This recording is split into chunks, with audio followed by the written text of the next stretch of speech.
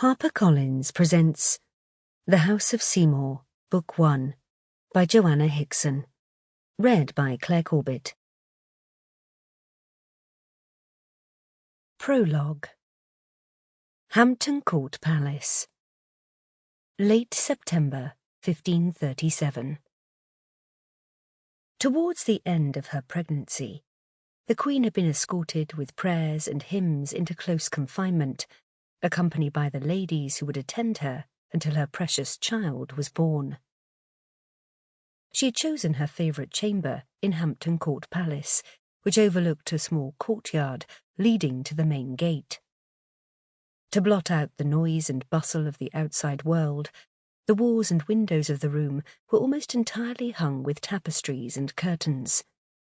But she had insisted that one window, overlooking the courtyard, should be left free of hangings, so that she could see the remarkable timepiece that stood on the gatehouse arch.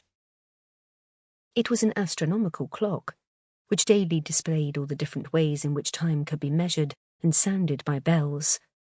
The hour, the day, the month and the year, the phases of the moon and the signs of the zodiac. Even the peak of high water at London Bridge. It was this last detail that caused Jane to look back on her life, and to wonder, as the tides rose and receded, how her Seymour ancestors had weathered the ups and downs of their lives to bring her to her present state. She recalled her childhood, spent tucked away with her sisters and younger brothers at Wolf Hall, the Seymours' Wiltshire manor, hidden in the midst of the royal forest of Savernake. From her teenage years, she had been the butt of her brother's jokes, teased for her quiet presence and her soft-spoken deference. "Our little house mouse," Edward, the eldest, had called her. "The eternal spinster, no man's land." But he had been wrong.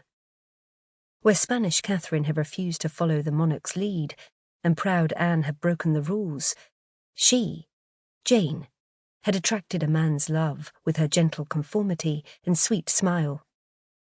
And that man was the 8th King Henry. What had happened since had brought fame and stature to her whole family.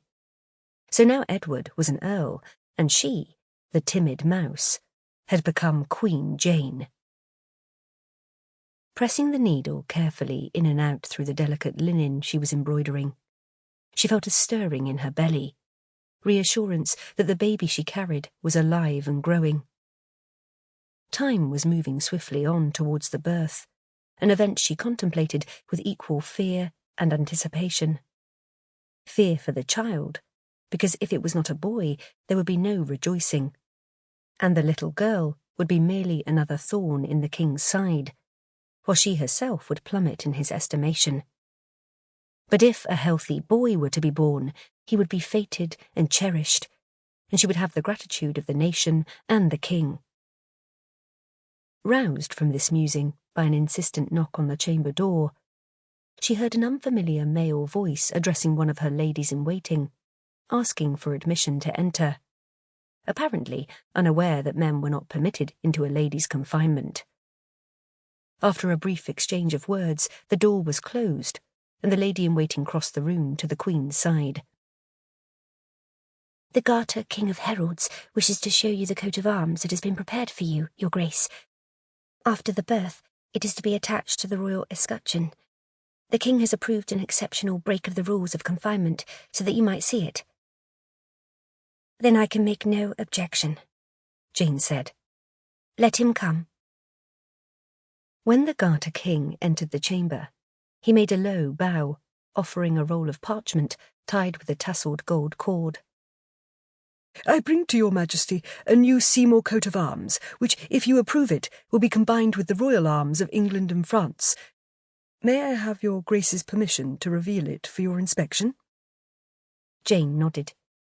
"Yes, if you please. Perhaps by the window where the light is best?" She handed her embroidery to one of her ladies and rose from her chair. "I was not aware it was being prepared." "I think the King wished it to be a surprise, Your Grace," said the Garter King, lifting his arm and releasing the cord. The parchment unrolled in a burst of heraldry. Sample complete. Ready to continue?